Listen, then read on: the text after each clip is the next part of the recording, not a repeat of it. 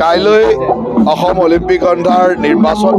আৰু আজি সকলো প্ৰতিনিধি আহি ডিব্ৰুগড়ত উপস্থিত হৈছেহি আৰু আমাৰ প্ৰতিনিধিসকলৰ বিশেষকৈ যিসকল বিধায়ক আছিলে কেইবাজনো বিধায়কে প্ৰাৰ্থিত্ব মানে বিভিন্ন কাৰণত দি থৈছিলে তেখেতসকলে এটা সিদ্ধান্ত বা মুখ্যমন্ত্ৰী ডাঙৰীয়াৰ আগ্ৰহ মৰ্মে এটা সিদ্ধান্ত লৈছে যে বিধায়কসকল যেহেতু বিভিন্ন স্পৰ্টছ এছ'চিয়েশ্যন আছে আৰু ডিষ্ট্ৰিক্ট স্পৰ্টছ এছ'চিয়েশ্যন আছে গতিকে তেওঁলোকে এনেও অলিম্পিকৰ লগত জড়িত হৈ থাকিব আৰু সকলোৱে তেখেতসকলৰ প্ৰাৰ্থিত্বটো প্ৰত্যাহাৰ কৰিছে আৰু বিধায়কসকলে প্ৰত্যাহাৰ কৰাৰ পিছত যিসকল ক্ৰীড়াবিদ আছে তেখেতসকলে নিজৰ মাজত আলোচনা কৰি ল'ব আৰু যদি আলোচনাত সৰ্বসন্মত এটা সিদ্ধান্ত ওলাই ভাল আৰু যদি নোলায় বাকীখিনিৰ মাজত নিৰ্বাচন হ'ব আৰু মই ভাবোঁ যে সকলোৱে মিলি এটা সৰ্বসন্মত সিদ্ধান্ত ওলাব ক্ৰীড়াৰ পৰিৱেশটো সদায় ভাল থাকিব লাগে ইজনে সিজনৰ লগত আমি কাৰণ প্ৰত্যেকেই প্ৰত্যেকক চিনি পাওঁ প্ৰত্যেকে একেলগে বহু বছৰ ধৰি স্পৰ্টছ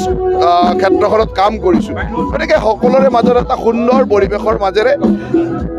সাংবিধানিক ব্যৱস্থাটো ৰাখি নিৰ্বাচনো হ'ব লাগিব আৰু এটা পৰিৱেশ সুন্দৰ পৰিৱেশৰ মাজেৰে আমাৰ অলিম্পিক সন্থাখন গঠনো হ'ব লাগিব মই ভাবোঁ এটা সুন্দৰ পৰিৱেশৰ মাজত গঠন হ'ব ইয়াত এনেকুৱা ইয়াত যিসকল ৰাজনৈতিক ব্যক্তি আছে তেওঁলোক অলৰেডি স্পৰ্টছৰ লগত জড়িত তেওঁলোক ইভিন এনেকুৱা যে ৰাজনীতি কৰাৰ আগতেও স্পৰ্টছ কৰিছিল গতিকে সেইসকল নেতাক ৰাজনীতিক বুলি ভাবিব নালাগে কাৰণ এইসকল নেতা প্ৰত্যেক ইয়াত অহা প্ৰতিজন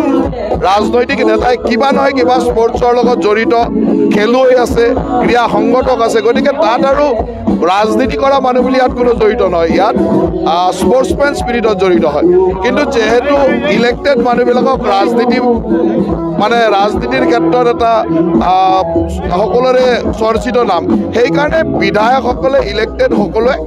এই পদৰ পৰা নিজে মুখ্যমন্ত্ৰী ডাঙৰীয়াৰ আগ্ৰহ মৰ্মে নিজৰ প্ৰাৰ্থিত্ব প্ৰত্যাহাৰ কৰিছে যাতে বাকীসকল লোকে ইয়াক সুন্দৰভাৱে কৰিব পাৰে